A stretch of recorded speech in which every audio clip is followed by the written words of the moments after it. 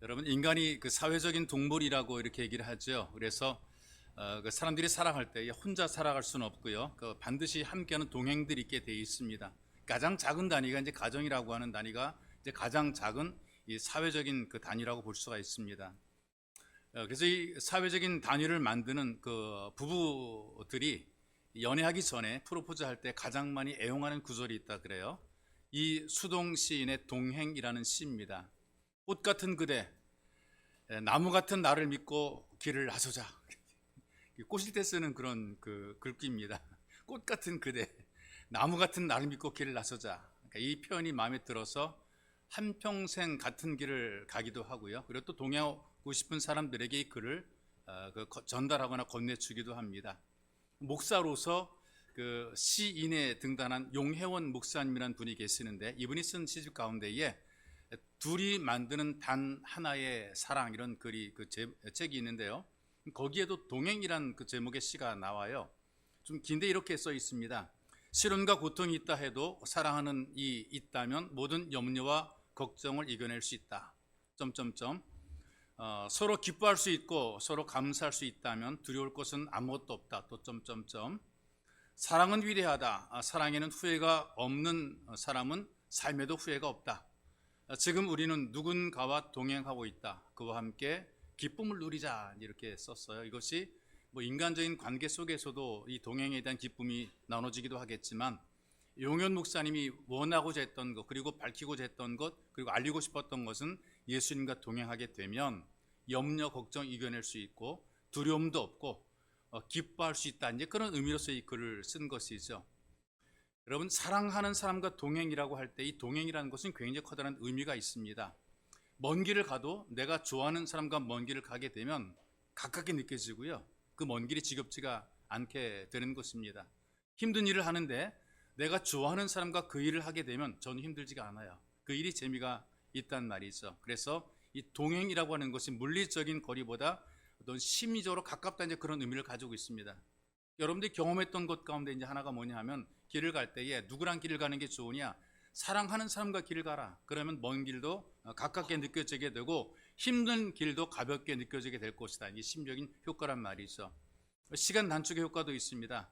내가 좋아하는 사람과 함께 일을 하거나 그 다음에 그 길을 갈 때는 빨리 지나갑니다. 어느새 이렇게 시간이 빨리 지나갔지? 싫고 거북하고 미운 사람과 있을 때는 정말 시간 안 가고 시간이 지루할 겁니다. 그런데 내가 좋아하는 사람과 함께 있을 때 그 시간은 빨리 지나가게 되는 겁니다. 그래서 주어진 어떤 활동에 몰입을 하게 되니까 피로감이 없어요. 그러니까 일하기 싫은 사람과 함께 일하다 보게 되면 피로합니다. 일을 적게 해도 피로한 거죠. 그 스트레스 받으니까 힘든데 내가 좋아하는 사람과 일하다 보게 되면 기쁜 거예요. 그래서 시간이 휙휙 지나가니까 일에도 어떤 몰두할 수 있게 되는 겁니다. 또 삶의 무게를 나누는 능력이라는 의미도 있게 되는데요. 내가 좋아하는 사람과 함께 있으니까 짐을 같이 나눠지게 되죠. 그러다 보면 위로받게 되고 격려받게 되니까 어려움이 있어도 이걸 쉽게 이겨낼 수가 있게 되는 것입니다. 그래서 우리가 사랑하는 사람과의 동행이라고 하는 것은 단순한 동행, 함께 가는 것 이상이다, 이 얘기를 합니다. 삶의 의미와 행복을 더 많이 느끼게 해주는 특별한 경험이다, 이렇게 얘기를 하는 것이란 말이죠.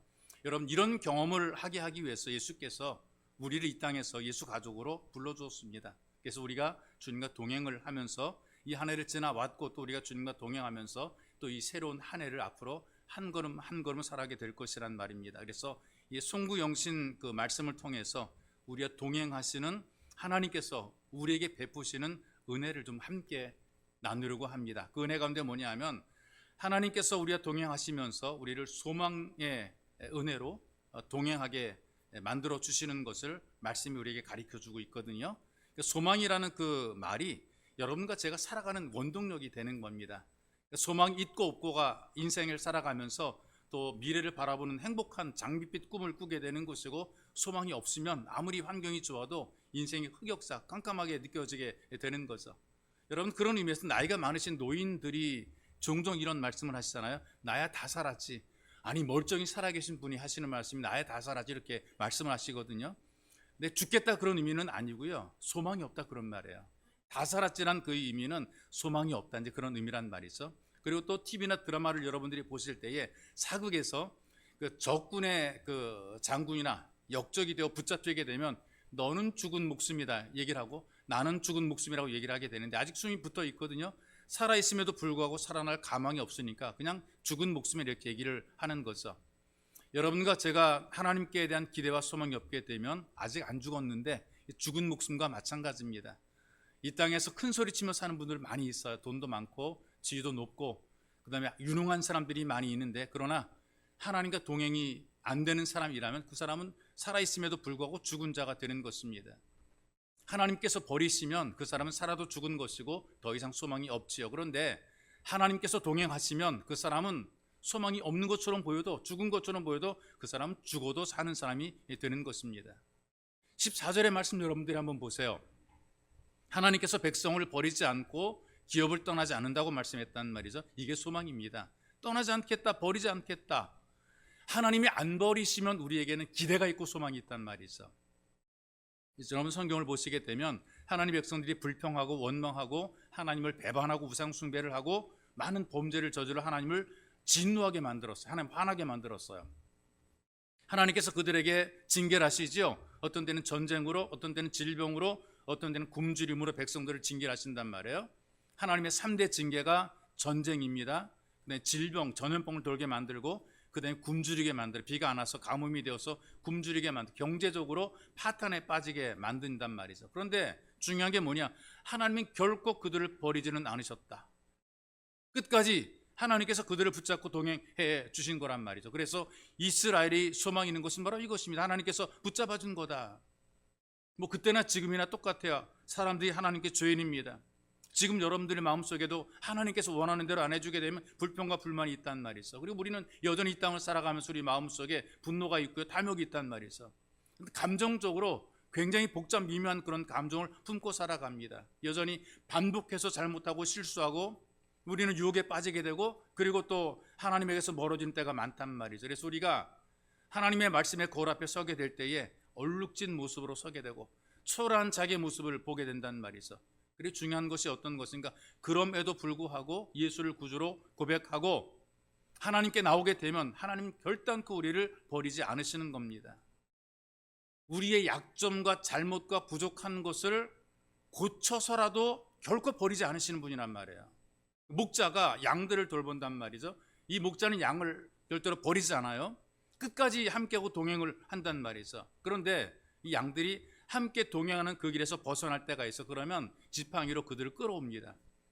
근데 아주 고약하게 이리 뺀질 저리 뺀질 말 안 듣고 따라오지도 않고 그런 양들이 꼭 있어요.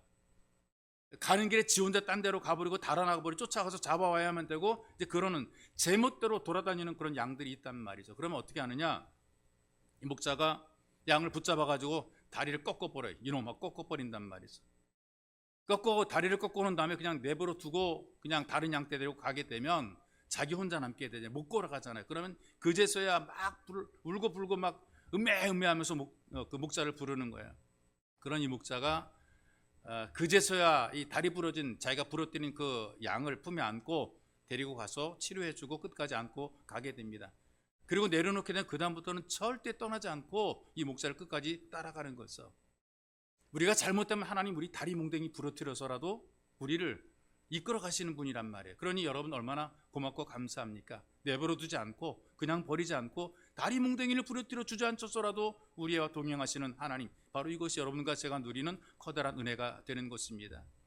나를 떠나지 않으시는 하나님, 우리와 함께 하시는 하나님, 여러분 이 하나님 믿을 때 우리가 이 땅에 살면서 주눅들지 않고 살 수가 있습니다. 하나님이 우리와 함께 하십니다. 여러분 실패를 많이 하고 자주 넘어지고 자주 깨어져도 믿음에서는 포기하지 마시기를 바랍니다. 하는 일이 안 돼도, 돈 좀 못 벌어도, 몸에 병들었어도 믿음은 포기해서는 안 되는 것입니다. 왜? 우리 주님 예수께서 우리를 절대로 떠나지 않기 때문에 그렇습니다. 그래서 여러분들이 끝까지 예수와 함께 하게 되면 소망이 있어요. 내일이면 잘 된다는 보장이 있단 말이죠. 성경이 우리에게 약속의 말씀을 주잖아요. 볼지어다 내가 세상 끝날까지 너희와 항상 함께 있으리라. 이 소망의 은혜가 여러분들에게 충만하시기를 주님의 이름으로 축복합니다. 그 두 번째로는 우리 하나님께서 보호의 은혜로 우리를 동행하시는 것을 말씀이 가르쳐 줍니다. 자, 여러분들 일생을 누가 책임져 줄까요? 내 옆에 사랑하는 사람이 있으니까 책임질 수 있을까? 언제까지? 누가 나를 위해 줄 수 있을까요? 누가 나를 정말 도와줄 수 있을까요? 어릴 때는 우리가 커갈 때까지 부모님들이 돌봐주고 책임져주고 보호를 해줍니다. 가족을 통해서 형, 누나, 동생을 통해서 그리고 형제를 통해서 보호를 받게 되죠. 그런데 어릴 때에 위험을 만나게 되면 부모님들이 우리를 돌보니까 엄마 아빠를 찾아요. 엄마 부르고 아빠를 부른단 말이죠. 왜? 아빠가 보호자, 엄마가 보호자가 되어주고 아이들의 책임을 대신 짊어져 주기 때문에 그렇습니다. 그런데 세월이 지나게 되면 불러도 대답이 없는 이름이 되는 겁니다. 부르고 싶어도 이미 없어져 버린 이름이 되어버리는 거란 말이죠. 늘 부르면 언제나 달려와서 도와주시던 부모님들인데 언젠가부터는 불러도 대답이 없는 이름이에요. 시간과 세월이 지나면 이렇게 한 해 한 해가 지나게 되면 2025년에서 2026년으로 넘어가는 시간이 지나게 되면 한 해 한 해를 맞이하는 횟수가 많을수록 불러도 대답이 없는 이름들이 많아지게 되는 겁니다. 엄마를 불러도 오지 않고 아빠를 불러도 오지 않습니다. 형을 불러도 누나를 불러도 오지 않게 돼 있습니다. 사랑하는 사람의 이름을 불러도 그 사람이 여러분들 옆에 없을 수 있다는 말이죠. 누가 나를 위해 줍니까? 누가 나를 책임져 줍니까? 누가 나의 보호자가 되어 줍니까? 내가 넉넉하고 힘있고 미모가 있고 건강하고 역할을 할 수 있는 능력이 있을 때는 나와 함께 하겠다는 사람들이 많습니다. 서로 도와주겠다 그러죠. 그런데 초라해지게 되고 어려워지게 되면 떠나는 것이 세상 인심이거든요. 성공하는 사람들 옆에 보게 되면 너도 나도 달려와가지고 얼굴 알리려고 그래요. 얼굴 도장 찍고 간다 그런 표현 한단 말이죠. 내가 도와주겠다, 내가 함께 하겠다, 내가 동행하겠다, 앞장서기도 하고 그래요. 그런데 실패하게 되면 내가 언제 그랬냐고 쌩 하고 뒤도 안 돌아보고 간단 말이에요. 소위 말하는 쌩 깐다 그러죠. 도움받던 사람들까지도 다 떠납니다. 욕하고 떠나는 사람이 있단 말이죠. 성경이 이런 인간의 심성을 다 보여주고 있거든요. 누가복음에 등장하는 집 나간 아들의 모습을 성경이 보여줍니다. 유산을 챙겨 도시로 나갔어요. 함께 어울리는 사람이 있었을 때는 늘 좋았단 말이죠. 그런데 허비했다 그랬거든요. 다 말아먹었단 말이죠. 그런데 그때는 어떻게 되느냐? 돼지가 먹는 열매를 주는 사람도 없을 정도라 그랬어요. 사람이 먹는 음식이 아니라 돼지가 먹는 음식도 주는 사람이 없어서 그는 굶주렸다 그랬어요. 인심이 사나워지게 된 거죠. 여러분, 이게 서로 남남이니까 그럴 수 있습니다. 너랑 나랑 무슨 상관이 남남인데. 그런데 구약 성경을 보게 되면 여러분들이 잘 알고 있는 욥이라는 사람이 등장하죠. 사업이 망했어요. 자녀들이 10명인데 한꺼번에 사고로 몰사했어요. 잔치하다가 그냥 한꺼번에 다 죽었어요. 자기는 어떻게 몸에 병이 들었어요. 기왓장으로 자기 몸을 막 긁을 정도로 자기가 괴로움을 겪고 있단 말이죠. 그랬더니 수십 년 함께 살던 아내가 이 남편을 버리고 도망갑니다. 여러분, 이게 세상 인심이라는 거예요.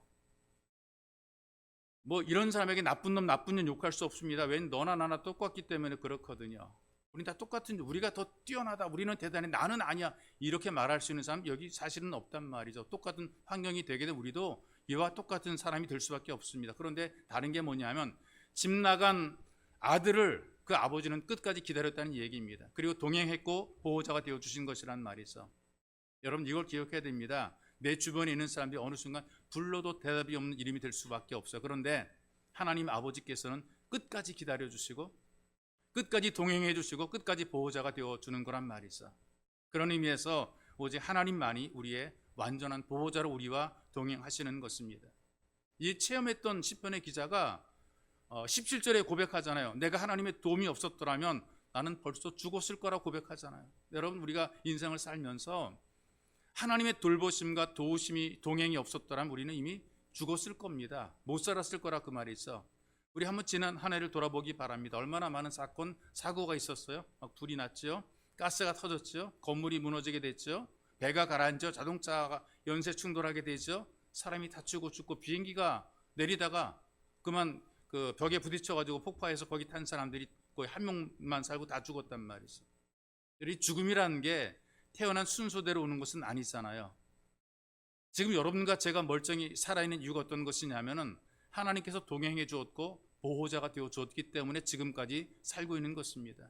우리에게 새해가 준비가 되어 있는데 이 새해에도 우리를 위해 주시고 우리를 도와주시고 우리를 보호해 주시는 하나님과 동행하시기를 예수님의 이름으로 축복합니다. 또 하나 중요한 게 뭐냐면은 우리 하나님께서는 우리를 어떻게 동행하시는가? 위안의 은혜, 우리를 위로해 준 위안의 은혜로 우리를 동행해 주신단 말이죠.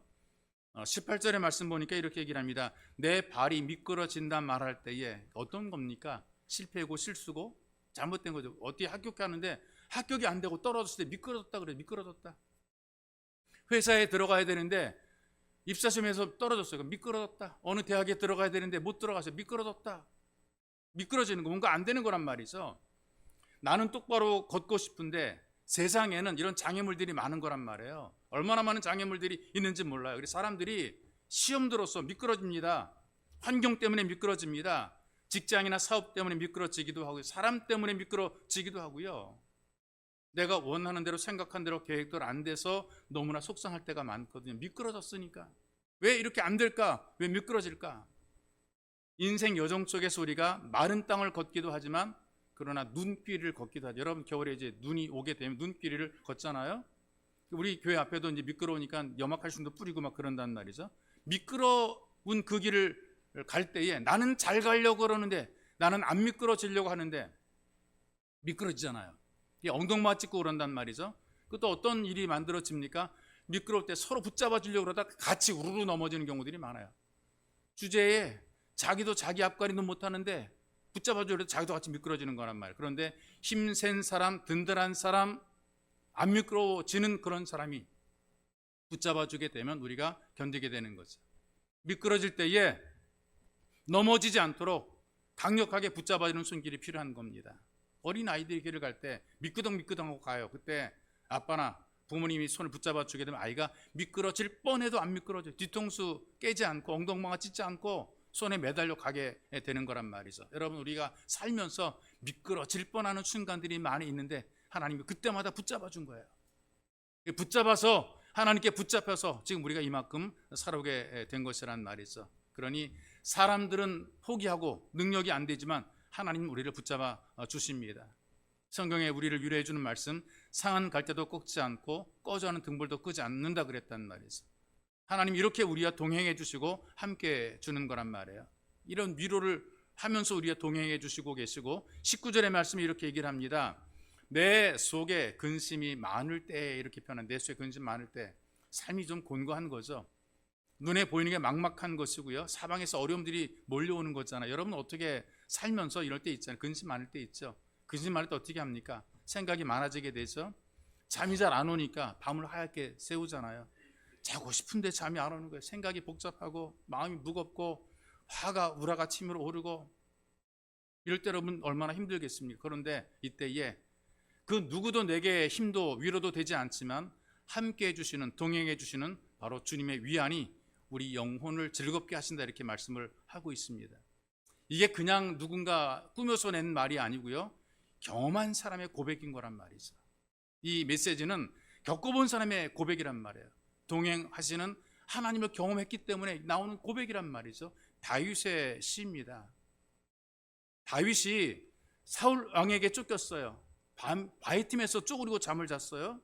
굴 속을 거처로 삼고 살았어요. 그 생활 자체가 여러분 편한 생활이겠습니까? 잠잘 곳이 없어 바이틈에서 쪼그리고 잠을 자고 굴 속의 거처를 정하고 있고 눈치 보고 도망 다녀야 되고, 그런데 여러분 시편에 그 쓴 3편을 보게 되니까 이렇게 얘기를 합니다. 내가 누워 자고 깨었으니 여호와께서 나를 붙드심이로다, 노래라고 찬양을 해요. 그렇게 쫓기면서 잠을 자고 일어나도 여호와께서 나를 붙드셨다는 고백을 하고 있습니다. 여러분 최악의 상황에서도 하나님께서 위안의 은혜를 베풀어 주시면 즐거움이 있어요. 남들이 볼 때 저거 어떻게 살아, 그런데 하나님께서 붙잡아 주시게 되면 마음속에 즐거움이 있게 되는 거란 말이 있어요. 하나님께 예배자로 예배를 드리는 것이 우리가 시간 남고 여유있게 편해서 예배를 드리는 것 절대로 아니거든요. 일이 잘 돼 할렐루야 기분 좋아, 이것 때문에 감사하는 것 절대로 아니거든요. 삶의 현장은 여러분들이 정말 힘들고 어렵습니다. 처절합니다. 어떤 전쟁하는 것처럼, 전투처럼 생존 경쟁이라 그러죠. 그런 경쟁 속에서 여러분들이 피곤하게 사람과 부딪히면서 일하고 이 사람 저 사람 만나고 물건을 팔고 겨우겨우 그래야 수익을 남길 수가 있고 사는 게 만만치 않거든요. 그런데 그런 삶 속에서 힘들고 지치고 피곤한 삶 속에서 우리가 기쁘게 감사하게 막 예배를 드리는 이유가 어디에 있는가? 그건 내 힘이 아니고 나를 붙잡아 주시는 주님의 손길이 있으니까 우리가 이런 예배를 드리게 되는 겁니다. 그런 여러분, 하나님의 은혜, 우리에게 베풀어진 하나님의 은혜는 소망을 주시고 우리를 보호해 주시고 우리를 유한해 주시는 은혜입니다. 이 은혜로 하나님께서 우리에게 동행하시는 것입니다. 2026년 우리와 동행해 주시는 하나님의 은혜로 여러분 힘있게 그리고 강력하고 담대하게 멋지게 살아내시기를 예수님의 이름으로 축복합니다. 살아계신 아버지 고맙습니다. 2026년 새해가 밝았고 우리는 이 첫 시간을 하나님께 드리며 주님의 도우심을 간절히 구하고 우리와 동행하시는 하나님의 은혜를 누리며 살기 원합니다. 눈 뜨면 나가서 살아가는 내 삶의 현장은 생존 경쟁의 현장입니다. 치열하고 처절하게 다투고 싸우며 지키며 살아가야 되는 생존 현장입니다. 그러나 주님께서 우리와 동행해 주시고 우리를 지키셔서 우리 마음속에 주시는 유한을 통해 기뻐하며 감사하게 도와주시고 우리가 참된 예배자로 우리의 도리를 다하도록 은총을 덧입혀 주옵소서. 갈 곳도 많고 할 일도 많지만 그러나 주님, 우리가 다 내려놓고 하나님께 먼저 와서 예배를 드리며 하나님의 도우심을 구하며 내 인생 너 평생 속에서 특별히 2020년 한 해를 살아가면서 하나님의 동행을 간절히 갈망합니다. 우리를 도와주시고 지켜주시고 인도하여 주옵소서. 보배로 오신 예수님의 이름으로 기도하옵나이다. 아멘.